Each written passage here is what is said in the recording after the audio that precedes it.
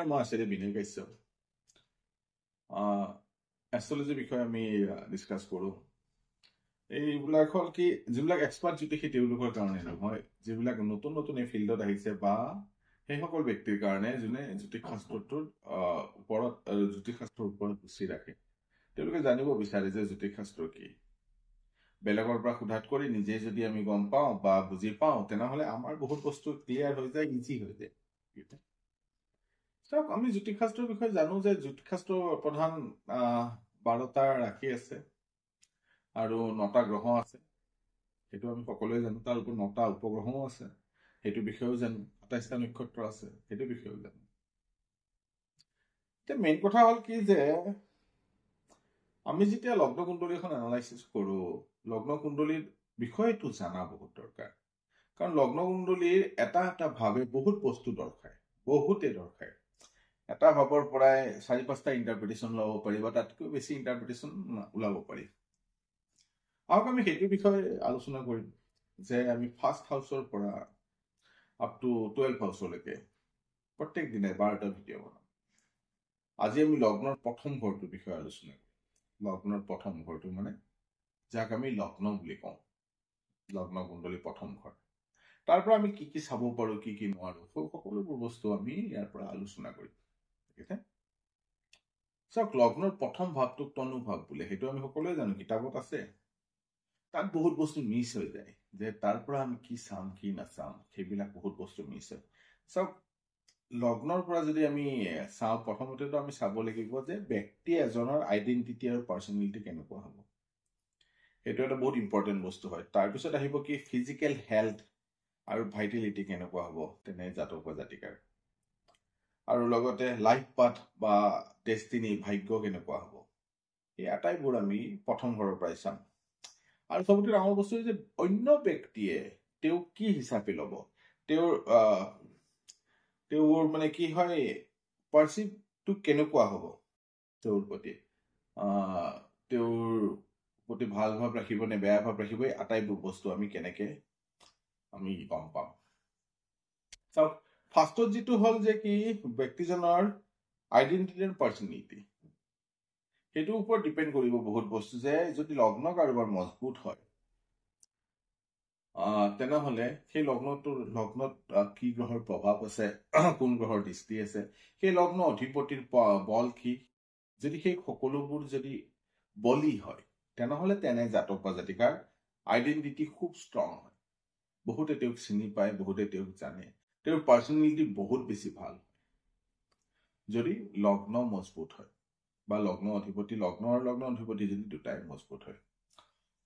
তেনে ব্যক্তিবিলাকৰ কি হয়, ফিজিকেলি দে আৰ বহুত টাফ, ফিজিকেলি তেওঁলোক বহুত টাফ হয়।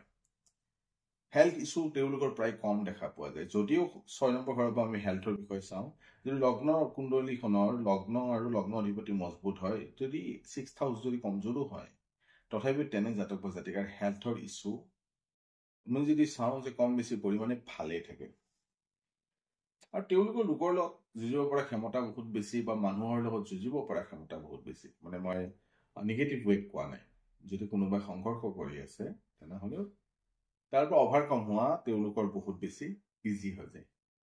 লাইফ পাথ ডেষ্টিনি আমি সেইটো জানিব পাৰোঁ যে লগ্ন যদি পাৱাৰফুল হয়, বা লগ্ন অধিপতি যদি পাৱাৰফুল হয়, তেওঁলোকৰ লাইফ পাথটো নিজে বনাব পাৰে। আৰু ভাগ্যও তেনে সকল ব্যক্তিক তেওঁলোকক মানে হেল্প কৰে। আৰু চবতকৈ ডাঙৰ কথা হ'ল কি, তেওঁলোকে বেলেগৰ ওপৰত ইনফ্লুৱেঞ্চ পেলাব পাৰে। তেওঁলোকৰ সন্মুখত আহি কোনো পটককৈ আহি যা তা কথা ক'ব নোৱাৰে, বা তেওঁলোকক মিছগাইড কৰিব নোৱাৰে। এই আটাইবোৰ বস্তু মনত ৰাখিব যে যদি লগ্ন অধিপতি মজবুত হয়। এতিয়া আমি কেনেকৈ গম পাম যে লগ্ন অধিপতি মজবুত হয় নে নহয়? তাৰ কাৰণে আমি চাব লাগিব যে লগ্নত যদি কোনোবা পাপ প্ৰভাৱ হৈ আছে নেকি, পাপী গ্ৰহৰ প্ৰভাৱ আছে নেকি, বা লগ্ন যিটো ডিগ্ৰীত উদয় হৈছে, সেই ডিগ্ৰীৰ অধিপতিজনৰ কিবা পাপ প্ৰভাৱ লগ্নৰ ওপৰত আছে নেকি।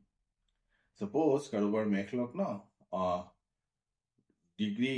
লগ্নৰ ডিগ্ৰী অশ্বিনী নক্ষত্ৰত পৰিছে, অশ্বিনী নক্ষত্ৰৰ অধিপতি কেতুৰ কিবা ইনডাইৰেক্ট ডাইৰেক্ট প্ৰভাৱ ফাৰ্ষ্ট হাউচত আছে নেকি, আছে যদি নিগেটিভ নে পজিটিভ, সেইটো বস্তু আমি জানি ল'ব লাগিব।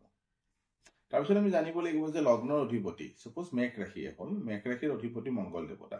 মংগল দেৱতা কোন গ্ৰহৰ লগত এছ'চিয়েট হৈ আছে, মংগল দেৱতা কোনটো ভাৱত আছে, মংগল দেৱতাৰ লগত কোনো গ্ৰহৰ দৃষ্টিৰ বিনিময় হৈছে নেকি, এই আটাইবোৰ দিশ আমি চাই ল'ব।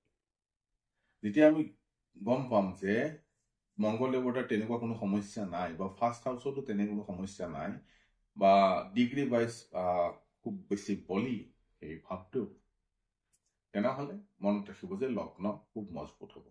আৰু যদি যাৰ লগ্ন মজবুত তাৰ মনত ৰাখিব যে জীৱনত তেওঁলোকৰ সংঘৰ্ষ থাকিলেও খুব ইজিলি অভাৰকাম হৈ যাব পাৰে আৰু নিজকে সংস্থাপিত কৰিব পাৰে, কাৰণ তেনে সকল ব্যক্তিৰ হাতত সকলোবোৰ আহি যায় সময়লৈ।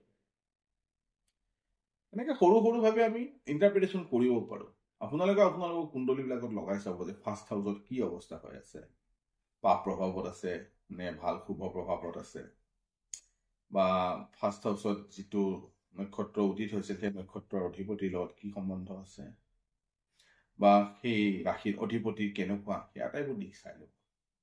চাব যে খুব ধুনীয়াকৈ আপোনালোকে নিজেই ইণ্টাৰপ্ৰিটেশ্যন কৰিব পাৰিব যে আপোনাৰ কেনেকুৱা যাব সময়বোৰ।